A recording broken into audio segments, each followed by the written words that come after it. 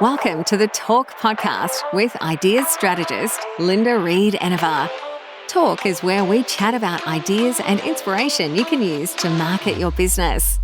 Get ready for practical tips you can implement today with your host, Linda Reed Enevar. Welcome back to the Talk Podcast. I'm your host, impact strategist Linda Reed Enevar, and today we're diving into a topic that hits home for so many of us, and that is how to make time for course creation as a busy entrepreneur.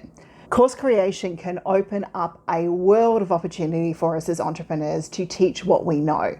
If you've been putting off creating that course that could change your business or your customers' lives, then this episode is exactly for you. Let's bust some myths, let's share some practical strategies and get you moving towards creating that course without feeling overwhelmed. I get it. As entrepreneurs, we have a lot on our plate. Between running our businesses, managing our team, servicing our customers, course creation can feel like an impossible dream. But here's the thing. Creating a course is not just about adding another income stream to our business. It's about amplifying our impact and reaching more people. So the key thing we need to do is shift our mindset from finding time to making time to creating a course. So let me walk you through some ways that you can make that happen. First, we need to start with the why. When we understand the impact that your course can have on your business and your audience, it's easier to prioritize for it. So revenue boost could be a why behind creating courses. Courses provide a passive income potential and they can scale your expertise without requiring more of your direct time. So you're able to teach on that one-to-many level. Positioning is another reason that people create courses. A well-made course can position you as a thought leader within your field, and it can see more opportunities like guest speaking, presenting, co-authorship. All of those things come in there as well when you're able to position yourself as a thought leader through your courses. And then impact is another important why behind course creation. You get to share your knowledge with people who may never be able to meet you in person or attend an in-person event. You're able to be in more places at once, creating more impact. So I want you to ask yourself now, what transformation do I want to provide my audience and how will this course help them? Write this down, keep it in front of you. It will be the North Star as you go through this journey. So pause me if you need to right now and write it down. What transformation will I provide my audience and how will this course help them? Because by providing impact and sharing your knowledge and helping your people, you're going to be able to make your way forward. Now let's address what's standing in your way. For most of it, it is not a lack of time. It's how we use the time that we have that stops us from getting our course out there. There are a few common blockers that I see when we're working with course creators here at Enevar Group. One is perfectionism, waiting for the perfect time or the perfect idea. It can keep you stuck. It can keep you going in the same old course creation loop and not creating your course in the first place.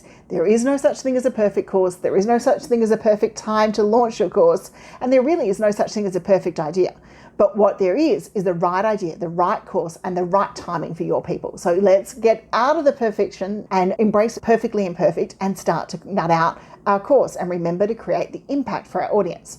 The other one is we overcommit. We juggle too many priorities without a clear focus, and we just don't know what we need to do next. So by overcommitting and maybe stretching ourselves too far, we're not allowing ourselves to prioritize our course creation journey. So have a look at your diary and go, am I overcommitting? Am I doing some fluffy things that I maybe don't need to do? Am I doing something that does not relate to my business? So I'm not going to grow my business forward during business time. And can I drop that? Because it's okay to drop things so that you can do other things within your business. And then 3 is the fear of technology. Many course creators we work with here feel intimidated by the tools that they need to create a course. Now, we've got our Course Creators Toolkit out there that's got all of them, but with a clear plan and some consistent actions, you can overcome that fear of technology. You can remove some of those overcommitments and you can start to get over the perfection and waiting for the perfect moment, because setting out a clear course plan will allow you to set consistent actions. So let's get practical. How do we actually make time for course creation? First of all, we're going to start small and we're going to break it into manageable chunks. We think of our course as a series of mini projects. We're going to create the outline first, then we'll create the video scripts, then we'll do the recording, then we might make workbooks, and we really chunk it out into small tasks. And in my case, when we're doing course creation, I really like looking at, you may be focusing on the videos one day, the worksheets another day, the recordings and any materials that are going to help along that way on different days and different times. Then once we know what those small chunks are, we can schedule that course time like a meeting. We're going to block out time in our calendar specifically for the creation of this course. We're going to treat it as a non-negotiable, just like we would a client meeting, because our course has the potential to bring in income just like a client meeting would and needs to be given the time that it needs to be. I like to use some productivity techniques like batch content creating, grouping those similar tasks together, recording days, doing multiple lessons in one sitting, working on the workbooks. And then I also like to use the Pomodoro technique. So we focus for 25 minutes, we take a 5-minute break. It just gives us that clarity and that momentum to keep coming back energized to the next task that we need to do. I also like to delegate and automate where I can. So we will use tools like Zapier and MeetEdgar to promote our courses. And we can quite often tap into things like course creation assistants or people like us to help you get that plan out there. And also in our course creation guidelines, not all the content needs to be new. If we've written blogs, we've given talks, we've created social media posts, that can quite often be the starting point for our course. We don't have to actually reinvent the wheel.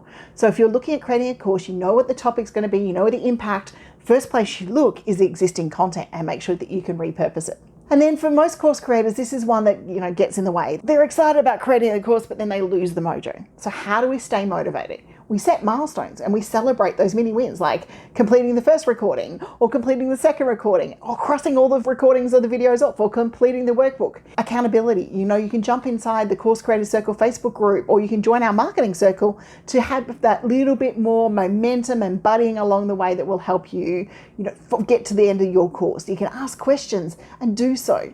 And the other thing is all about visualizing impact. Imagine the difference your course will make for your audience and for you. It's going to allow you to be able to sell to people that you maybe could never have sold to before.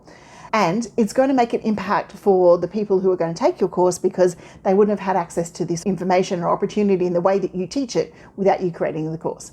And remember, progress is always better than perfection. You're going to want to get progress from your students, not perfection. So even if you create it one module at a time, you're moving forward. It doesn't have to be all created in one hit. So my challenge to you today as an entrepreneur is to take one small step forward in your course creation journey. Block off an hour in your calendar and outline the topics that you want to teach. And then if you can do so, outline your first module. You have got this. If you're looking for more guidance and resources, head to our Course Creators Circle Community Hub and you'll be able to find all the information that we have in there. Thank you for tuning into the Talk podcast. Don't forget to subscribe, leave a review, and share this episode with anyone who's looking to create a course.